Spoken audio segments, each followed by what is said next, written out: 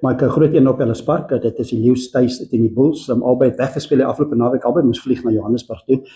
Die Bulls het dalk die meeste momentum, hulle het 2 wegwedstryde nou gewen, groot wen vir Edinburgh 1917. Hulle sal opdraf en sê, maar ons kan nog geen vegwen. Ek moet vir jou sê, daar's 'n juk wat gekrappel word in hierdie jukskei daarby en daar's baie min wat hulle skei. En ek dink beide van hierdie twee spanne het geweldig baie momentum nou gekry. Ja, die Leeu's het gelyk opgespeel, maar vir hulle sal dit 'n geweldige groot selfvertroue boost gee. Aan die ander kant is dit soos jy sê, die Bulls 2 wegwedstryde in Europa gewen, hulle sal terugkom met hulle borse uit. En dis wat dit vir my lekker maak met hierdie derby wedstryde. Is daar's altyd asof die intensiteit van die twee spanne net so bietjie hoër gaan. En ons het al baie gepraat oor spelers wat uitstaan en merkwaardige spelers wat 'n groot verskil maak. Ek dink aan die Leeu's span. Is daar een speler wat so bietjie onder die radar vlieg en dis Kewinhorn. Hy maak 'n geweldige groot impak. Ek weet by die Springbokke is hy bekend as Krappie, mos skramskakeltjie, so Krappie maak 'n baie groot impak saam met die Leeu's. En dis twee spelers in die Leeu's geleedere wat ek werklik waar dink groot impak en selfvertroue het, maar ook die ander so bietjie motiveer. Aan die Bulls kant is daar dalk 'n langer lys. Ek hoop net hulle kan daai selfvertroue hou.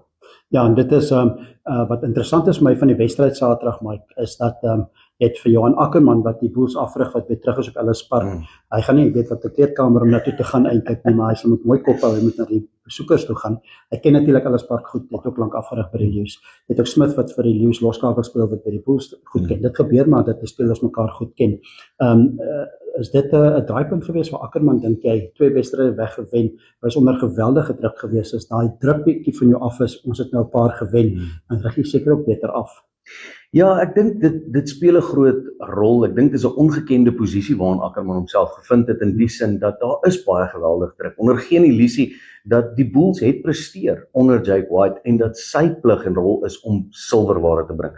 Daar is 'n tyd gewees wat jy gedink het, die silwerware wat die Bulls gaan kry is die skinkbord waarop hulle die trofee vir die ander span gaan dra, maar ek dink dit kan dalk wel eens waar die draaipunt vir iemand soos Ackerman wees. Hy is 'n geweldige intelligente afrigter. Hy's iemand wat die spel baie goed ontleed en jy het dit gesien nou in Europa, die manier hoe hulle aangeval het en met die vorige wedstryd vir die Bulls span om terug te veg van 17-5 af in die wedstryd met 2 punte te wen. Dit sê vir jou dat daar was baie goeie analise gedoen. Hier kom hy nou in 'n posisie waar hy Ellis Park ken. Hy ken die veld baie goed, hy ken die ondersteuners baie goed. Ek dink dit mag dalk in sy gunst stel en dat daai 2 Europese wedstryde die draaipunt vir die Bulls was. So laastens, die tyd van die afskop is 2:30, is 'n middagwedstryd. Son gaan hoog skyn op Ellis Park. Dis 'n veld wat bekend is vir aanvallende rugby. Albei agterlyne is bekend vir aanvallende klomp Springbokke wat daar rond speel, soos jy gesê het. Dit kan 'n aanskoulike wedstryd wees, maar die verdediging is wat ek wil vra, gaan vir albei eintlik die wedstryd wen. Daar is 'n ou gesegde wat verdediging kan baie goeie aanval word. En ek dink dis waar hierdie twee spanne nou is. Dit gaan wees die span wat die beste verdedig, jou grootste hart wys en jou doellyn met die meeste krag en moed verdedig. Ek dink dit gaan op die einde van die dag definitief die uitslag beïnvloed, ja.